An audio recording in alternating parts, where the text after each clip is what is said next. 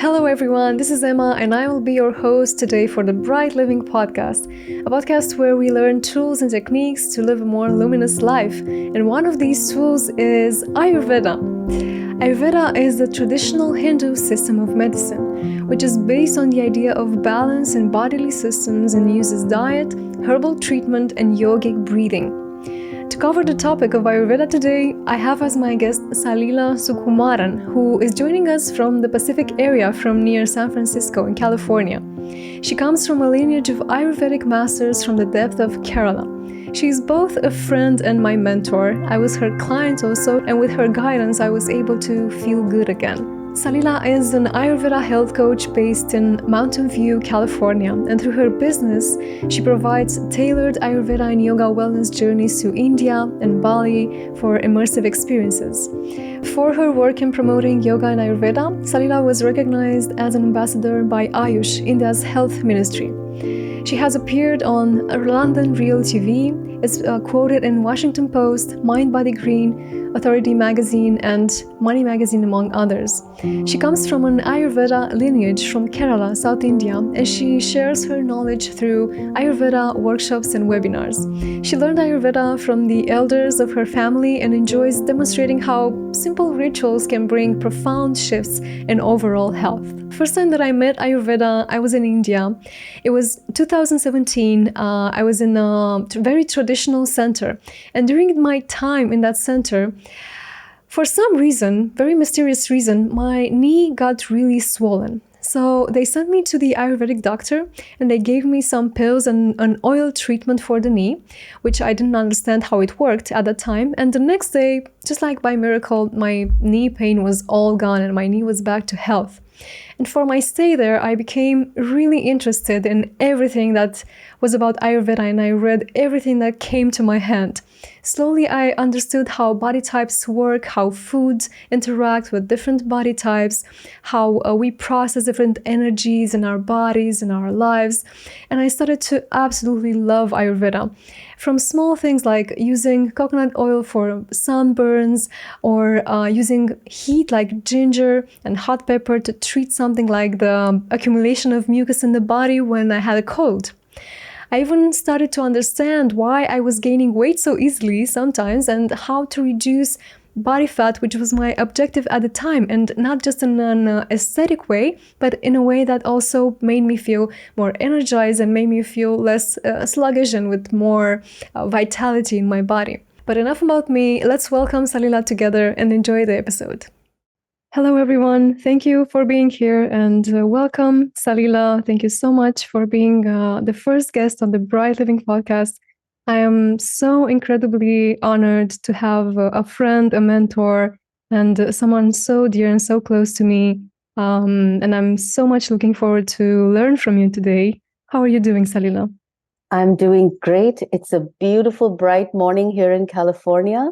And I remember our time together on cold California mornings, talking about yoga, Ayurveda, talking about our dreams and ideas for the world. And I'm thinking of that and feeling blessed that you have chosen me as your first guest. Thank you, Salila. And I'm especially honored since you are joining us very early in the morning. It's 7 a.m. for you right now. You're joining us from Pacific time zone. So I really appreciate the effort that you put here. And I know that you are working a lot these days. You're working a lot with clients. Apart from your full-time job that you have a consultancy, you have your Ayurveda practice. How is that going? It's going beautifully. I'm able to manage everything. It comes to me at the pace that I am able to manage. So I feel like the universe is watching out for me. The universe gives me what is required in just the right quantity. So I have a full-time job. I'm a mother. I have a 12-year-old girl, and I have my Ayurveda consultancy, and I also have my company that travel agency, which sends wonderful people to India and Bali for immersive Ayurveda experiences. So I take it one bite at a time as it comes to me. I love it. And you seem to be doing a really good job. And the reason why I wanted so much to have you as a guest and to speak about Ayurveda is that I have felt Ayurveda change big things in my life. And I'm curious if you could tell to those listening what makes Ayurveda so special. Hmm. What makes Ayurveda wonderful for us, all of us, is that Ayurveda is the original intuitive way of living. Ayurveda connects us to not just the nature outside, but the nature inside as well. Our natural rhythms, our circadian rhythm, our infradian rhythm, our biannual rhythms that are, guided by the sun and the stars and the planets and the moon. We feel all this in our body. We know this intuitively. And Ayurveda provides us a roadmap to daily and seasonally and annually live by these planetary motions, everything Mm. that affects our body in the macrocosm, in the universe, also exists within us in the microcosm, and they are in tune with each other. Ayurveda takes our ego out of the way so that we can continue to be working in harmony with these energies. That is so beautiful. I love it. I love it. And how did you come to guide people in Ayurveda? I I I'm just realizing that even as a child, I was deeply connected to Ayurveda because I come from a lineage. So there were lots of things in my family which women performed, rituals we performed. We took care of each other in certain ways. So I was just reading a little anecdote about, myself when I was 8 years old. My friends and I were throwing stones at a mango tree, and we were, bringing down mangoes to eat them, and one of the stones fell on a friend's head. And I remember her name was Sonia Matthews, and I grabbed her and took her home. And I went into my kitchen and I started looking for turmeric because that is what my mother would put on me. And it was siesta time, so my mother was sleeping, and she got up and she thought maybe the cat got into the kitchen, and she came into the kitchen and she saw the two of us in our school uniform with all the spices out, and I'm looking for turmeric. And she said, "What are you doing?" And I said, "Look, Sonia's head is hurting. It's bleeding. We need to put turmeric in her hair." And my mother was like, "Sonia's parents are not going to like that if we put turmeric." Because, Sonia Matthews is a Catholic girl and they do not follow Ayurveda like we do. So she said, "Don't do that. They may not like it." And I was like, "No, I insist you do it for her." And I made her do it. I made her put turmeric in her head. And that makes me realize that I have always been healing with Ayurveda for my dog, my cat, everybody who comes to me. But really, as a service, I started offering this only a few years ago. Only a few years ago, I started developing the confidence that this was something that people would want to energy exchange with me, that there was a value attached to this. Before this, it was all love, it was all service. That is beautiful. I love how you say that people come to you and you serve them through Ayurveda, apart from your dog, your cat. Now, I'm curious, what are people looking for when they come to to heal? I feel like saying heal with Ayurveda. What are they searching for? What are some maybe common problems that they experience? Mm. So when wonderful people come to me, usually they are already uh, they are in some sort of a chronic health issue. Mm. They are taking help from a physician, but there is something lacking in that care, right? They have the medication, they have they've been told that this is it. They have to take this medication for the rest of their life. It could be for cholesterol. It could be because they have hypothyroidism or some kind of a hormonal issue. They already are convinced that this is by the establishment. The establishment has convinced them that they have to continue taking this medication for the rest of their life. Yet there is something inside them that tells them, no, there is a Mm. way out. And that way out is perhaps through this ancient wellness practice of Ayurveda. So when they come to me, there is hope that maybe I can find a way out. And then I guide them. And it's just the simplest of things: food, daily rituals, confidence in yourself, meditation, yoga, one step in front of the other. And slowly, they're out of the woods. So basically, Ayurveda is not just about nutrition and herbs and nice, beautiful herbs. Hi, Tinker. We are saying hi to the cat over there. But it's also a lifestyle. It's associated with more practices, right? And it's not something that you practice. It's something that you have in your life every single day. At least that's Yes. how I understand. Yes, the life in the Western world, the modern way of life, is something that creates Vata. Vata is the energy of circulation, it's the energy of motion, it's the energy that creates increased dryness and hardening in the body. So, everything in this modern world is set up to create more anxiety, more Vata, more tics and quirks, more movements in the body that leaves us dry and parched and undernourished and feeling like overwhelmed constantly, right?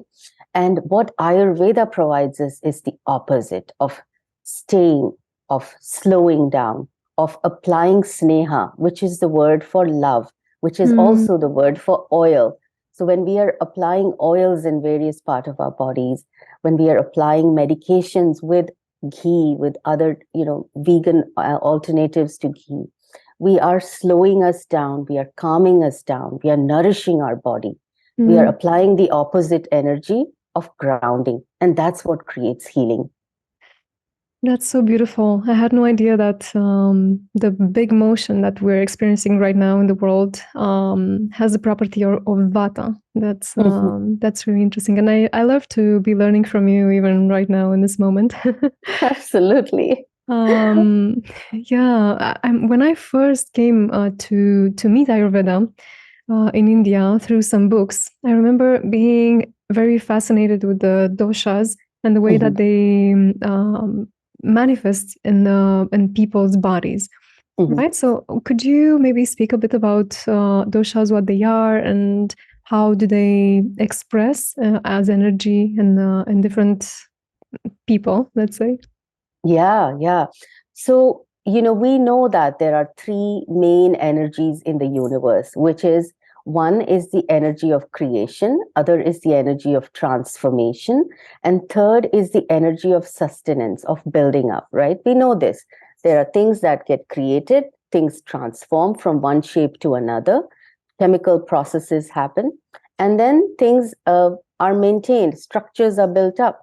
So just as in the macrocosm, we spoke that the microcosm, the body, the Purusha, is in touch and in harmony with the macrocosm, Prakriti, the universe. And there is an intelligence that goes through the universe into our body, from our body into the universe. This is a feedback loop. This is always communicating this intelligence, this sattvic intelligence of the universe. Now, because we have these three energies of creation, of transformation, of building up, of structure, of construction, are called Vata, Pitta, and Kapha. So, Vata is the energy that is related to the creative forces, that is related to circulation, that is related to movement. Pitta is the energy that is related to transformation, to warmth, to acids and alkali balance, to enzymatic processes in the body. And the third is Kapha, which is the energy related to structure and building up and maintaining the life force. When they are in balance, we are in health. Things are beautiful, we are happy, our mind, body, and soul are in connection. We are in touch with the sattvic intelligence of the universe. We are feeling positive. We are doing good things for the world, just as you are. But when we are out of touch, when we are out of balance, we call it from Prakriti, we've gone to Vikriti. When it is out of whack, when it is chaos, that's when these energies start manifesting in their negative guna, in the tamo guna. You remember these words from your yogic training, right? Sattva and tamas and rajas. So when they are out of balance, they are expressing themselves in a tamasic state. So how does the tamasic state look like? Someone with a predominance of Vata energy in their body, in their tamasic state would be totally spaced out, anxious, overwhelmed, skin would feel very dry, they would have erratic hunger. Someday they would be hungry, sometimes they'd be not hungry at all. Their body will not be able to take nourishment from the food they eat because of this variable hunger. They would have constipation. They would have really dry hair and dry nails. So this gives us a clue that there is Vata in the body, which has gone out of balance, which is in a state of Vikriti. Now, someone with a Pitta imbalance, someone who has the energy of transformation in their body, when it's functioning and it's in balance, it's beautiful. Their body is very warm to touch. They're go, go, go. They're disciplined. They have a goal set. They are moving forward. They are the, go-getters of the world. They are the CEOs of the world. But when their body is out of balance, when the Pitta energy is out of balance, then they are narcissistic, angry, they are cruel to the people around them, they are flushed, their face is red, their hair is getting gray before its time, they're losing hair because of their, anger and their shortness with others. Now, the energy of Kapha, which we said was the energy of construction, the energy of maintaining life, in a person who is balanced, again, a well-formed body, beautiful teeth, nice, thick, dense, oily hair. When I say oily, meaning beautiful and shiny hair, a good rounded joints, ability to work long and hard. But when it is out of balance, weight gain, lethargy, not being able to get up, itching, they eat a small thing, something, a little bite, and next day get fat. Yes, that is the energy out of whack. Yeah, and then diseases like diabetes, cholesterol, arteriosclerosis, all these diseases of PCOS, PCOD, these are all Kapha inflictions. I remember associating Vata with air, Pitta with fire, and Kapha with water. Is that it's accurate? You got it. Yes. Yeah, and I remember the first time I discovered I am Kapha Vata, because we are combinations, as you were teaching me, we're combinations of different doshas. And for the first time in my life, it became clear to me why I have a hard time losing weight sometimes, and why sometimes I have a hard time waking up in the morning and feel a bit sluggish, right? Because Kapha, the water element, needs to move, needs a bit or more fire energy, right? They need movement, they need spicy food, they need ginger, right? What sauna. Yeah, exactly, sauna. I absolutely love sauna. Salila, maybe you can speak to us a bit more about how can someone with an imbalance help themselves using different foods, different herbs, for example, and we can take them. We can speak about Vata in turns, Pitta and Kapha. What would be some recommendations when someone starts to find some imbalance in their body? Yes. So we have to think of the basic philosophy of Ayurveda, that opposites balance.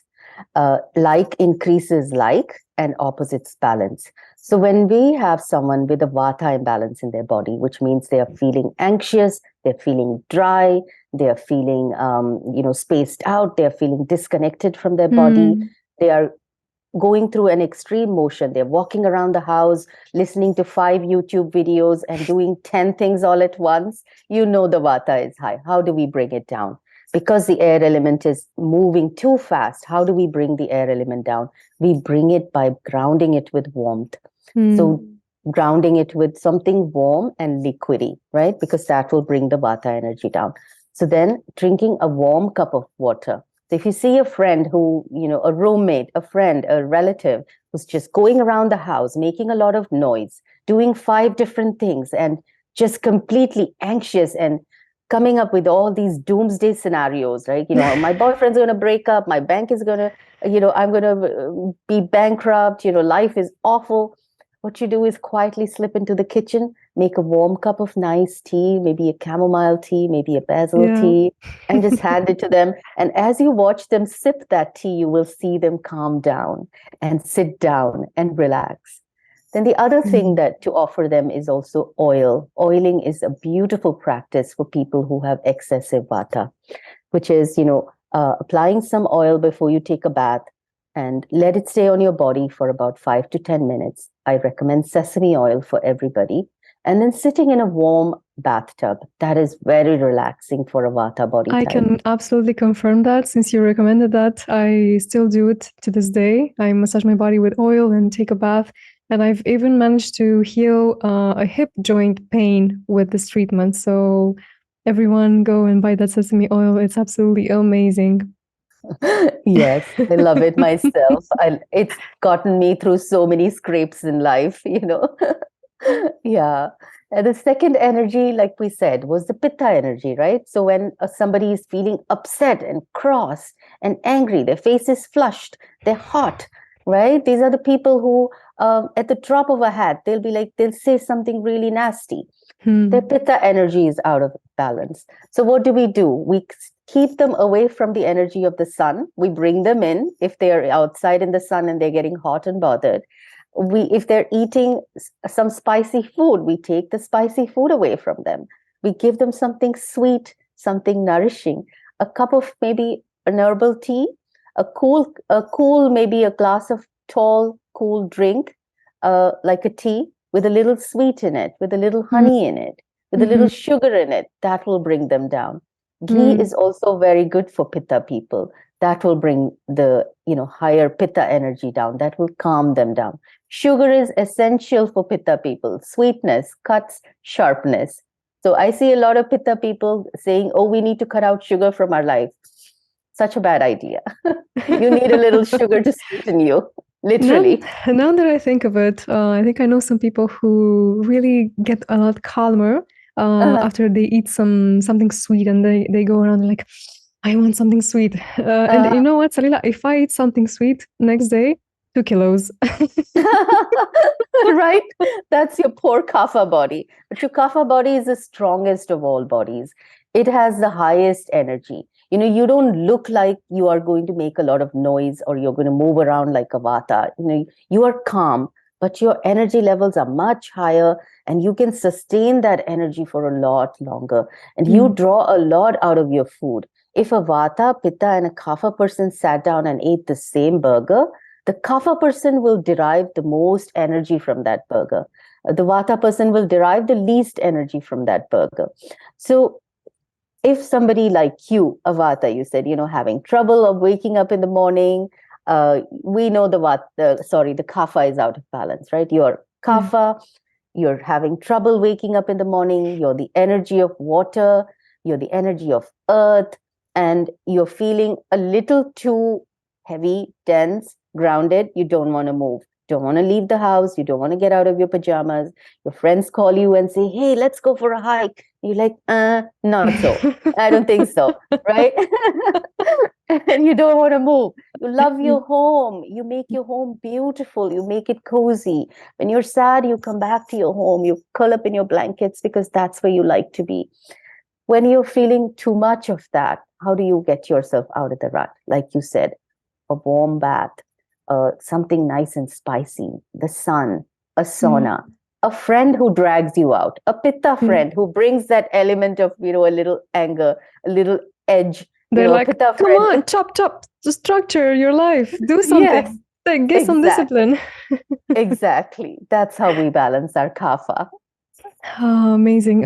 And another thing that I remember that really stuck with me from Kapha imbalances is that, and this is especially relevant in winter time, is that we tend to accumulate a lot of mucus, and we can have having a cold, for example, is a Kapha imbalance as well. For example, you might not have a Kapha body type, but you can be imbalanced in a certain time of the year or a certain time in your life when you're imbalanced, all congested, lungs are congested, you feel really down, you are not able to move.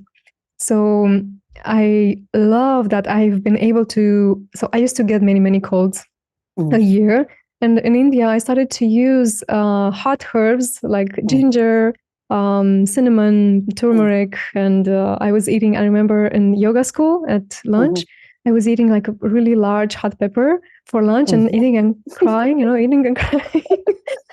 And I could feel my sinuses decongest. in such an Yeah. amazing way. Yeah. So I'm really curious if you have some recommendations on the time that we are, so the season in which we are in right now, Hmm. which is winter. So are there Hmm. any winter recommendations that you can give us? Yes. So winter is the time when we have a higher pitta in our body. So just like the trees are turning red, they're turning pitta, and the sap is moving towards the center of the tree. The tree is shedding leaves. Similarly, our sap, our life force is also moving towards the center of the body, because of which our jataragni, our digestive fire, is going to burn much higher. So this is the time for eating nourishing good food. This is not the time for dieting. This is the wrong time for dieting. This is Mm. the time when the body wants to put on a few extra layers of fat.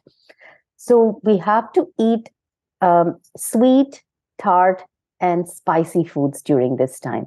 We have to eat foods that are really enlivening, right? Lots of, just the way you said, the chili peppers. This is the time for that. And this is the time for, yes, we get a lot of colds and coughs. So this is also a good time to maintain a practice called nasya, which is where we oil our nostrils slightly. We can use either sesame, almond, or ghee, depending on what we like, just a drop in our nose in the morning when we wake up, after a shower, before we go to bed. That is again going to keep our sinuses nice and lubricated. That's great. I remember doing, I think, 2 or 3 sessions in India of Nasyam. It's amazing. And Mhm. for those who maybe right now don't have access to this kind of practice, or maybe they don't have any access to any Ayurveda practitioner at all in their town or in their city, how could they still stay protected from the colds, or how could they recover faster from colds? Be in tune with the body. Be in tune with the body. Do not eat more than what you should be eating. uh, you know Let the body heal itself. Take steam. When if you're woken up and you're feeling a little congested, then take a little water, boil it in a kettle, add some basil Mm, leaves, add some cloves, add a little turmeric if you like. Let that steam come out nicely and take it in, breathe it in. Develop a habit of breathing in steam every day.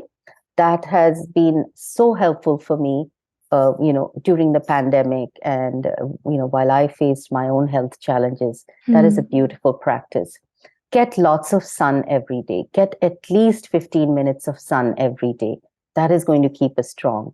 Then the third thing to do is, all diseases start in the gut. So when we eat more than we need to eat, or when we eat untimely, then we are going to suffer because of that. That's going to bring our immunity down.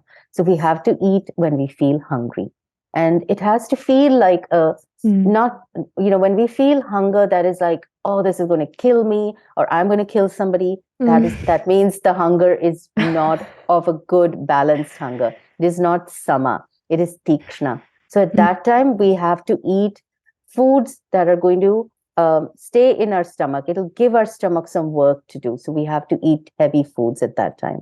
But when we don't feel so hungry, we have to modulate. We have to eat lighter foods. We have to eat more soupy meals.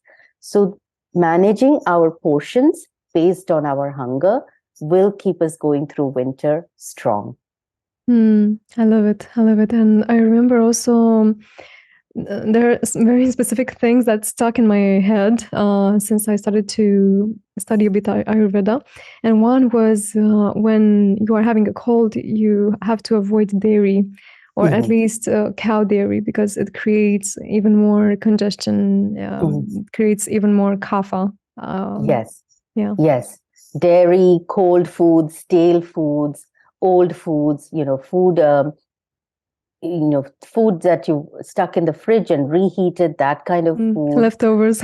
Yes, bananas, things that don't grow in your region, things Hmm. that are not local or seasonal. We have to avoid all that. All that will create excess mucus, because the body does not know what to do with it. So it tries to cleanse it out Mm. by creating mucus. Mucus is a healing response. Yeah. Yeah. Wow. Yeah. I was processing that. It's a healing response. It's true. It's true. So maybe we shouldn't be so afraid of congestion, but maybe welcome it as a way of our body has to heal. Yes. Anything that is congested or blocked is a problem. As long as it is moving, it's healing. Mm-hmm. So as long as it is draining, it's fine. Love it. Oh my God. Yeah. So I'm thinking now people are listening and they're wondering how can I start, or what is one practice that I could do. If there was one practice that I could do every single day, or on a regular basis during winter, Yeah. or not only that, would be really, really relevant and would make a big difference in one's health. Mm. One thing we could all do in winter is to sip on warm water, throughout the day. Instead of drinking cold water, if we could make warm water with a little bit of dry ginger, with a couple of coriander seeds or cumin seeds or a little bit of fennel seeds. If we got into the habit of doing that, that would keep our digestive fire going well. That would keep our digestion going well. And in turn, that would help our microbiome. It would help our immune response, and it would keep our body hydrated and at its optimal best. That is one thing we all can do. The second thing we all can do is get a tongue scraper. So when we wake up in the morning, there's a layer of gunk, which is kapha. Our tongue is not so, at its best. So when we scrape the tongue and we clean that out, then our tongue is able to taste food better. Our tongue is able to digest food better, even in our mouth as we are chewing starches, right? We are digesting it. So our tongue is able to do a better job of that. So that is going to be another small practice, which everybody can do, which will directly make a big influence on our health and well-being. And then the third practice I would say is everybody needs to get into the habit of applying sesame oil on their body and sunning themselves. Yeah. And, spend 15 minutes out in the sun with some sesame oil on your body. That is such a nourishing practice during the winter time. Or sesame oil applied and take a bath. Wait a bit for the sesame oil to be absorbed by the skin, and then take a hot bath. It's really amazing. Glad you love it.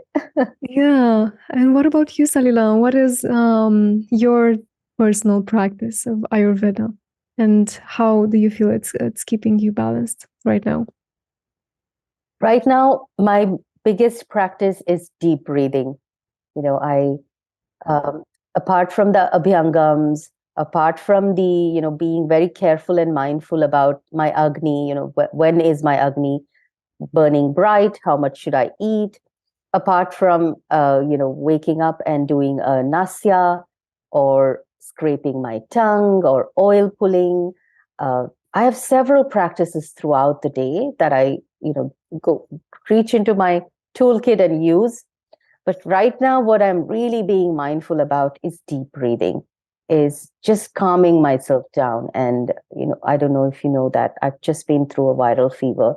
So I'm still recovering from it. And staying calm and staying in tune with my body, I feel like the easiest way to do that is to take 25 deep breaths, exhaling longer than the inhale. Just the basic, Yeah. Yeah, indeed. It's the breath is so powerful to calm us down, and when we have a fever, we need that calming energy. And I'm really happy you're good again and recovering right now. Thank you. So, my dear, how can someone start working with you? If someone wants to say, "Yeah, I really want to start on this Ayurveda journey," how can they do that? I would love for anyone to reach out to me. I have clients around the world, thanks to Zoom. Yeah. So reach out to me on my Instagram. My Instagram is salila.ayurveda, and DM me. I have all the information there. Nothing is a secret. So reach out to me. I love to hear from people from around the world. It gives me a little thrill. It makes me feel like I am traveling. And you're doing such amazing content on your Instagram profile. You post amazing reels, and I always look at them and I learn, but then I wonder, how do you have all the time to put all that on? So one can really see your dedication. One can really see how much you care about this. And I absolutely love the fact that you respect your lineage, and you feel like you are blessed by your ancestors to be putting in this work.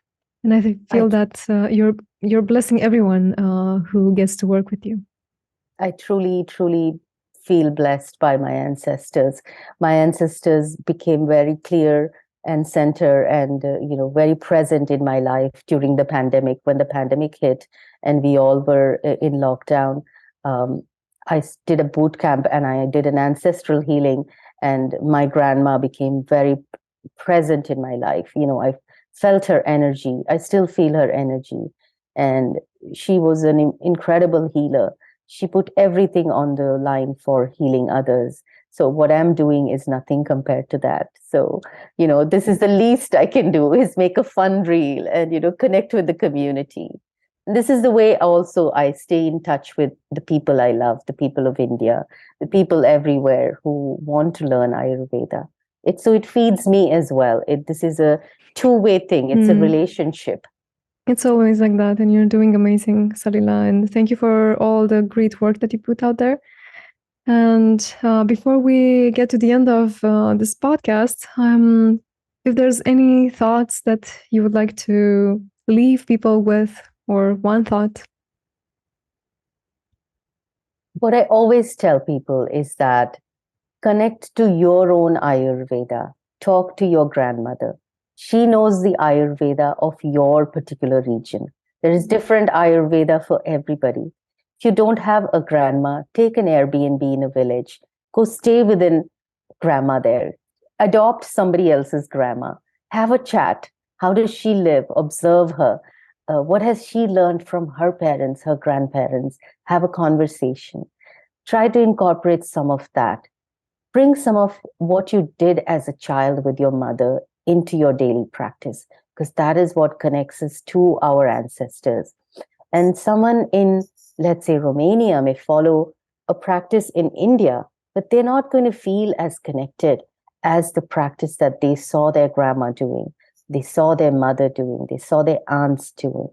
So every day, the practices that support us, the rituals that support us, there has to be connection to our ancestors and our lineage. And that is what will make us successful in our life. I really got goosebumps when you said that, Salila. It's so true. Thank you so much for the blessing of your time today. Thank you so much for being with us today. And everyone, you'll be seeing Salila's Instagram profile in the description of this episode. Thank you, everyone. Thank you, Salila, and I'll see you in the next episode. Such a pleasure. Thank you for having me. Blessings to everybody. Bye-bye. Bye.